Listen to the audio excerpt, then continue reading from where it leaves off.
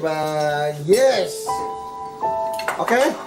Kita wawancara. Ya, kalau saya kerja di Puriaso khususnya, saya sudah 1 tahun dan saya kerja di restoran baru 3 bulan. Kalau soal komplain tidak ada, ya, tapi mereka sangat senang ya di sini. Mereka bersyukur makanan enak semua. Oh, kalau bule biasanya makanan favorit mereka, kesukaan mereka itu sashimi. Sashimi ikan mentah. Ya, sashimi ini terbuat dari tenggiri atau tuna yang baru dipancing atau ikan segar.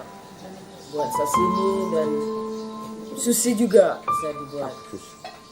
Sushi yang daging campur dengan nasi. Ya, yang penting banyaklah resep-resepnya.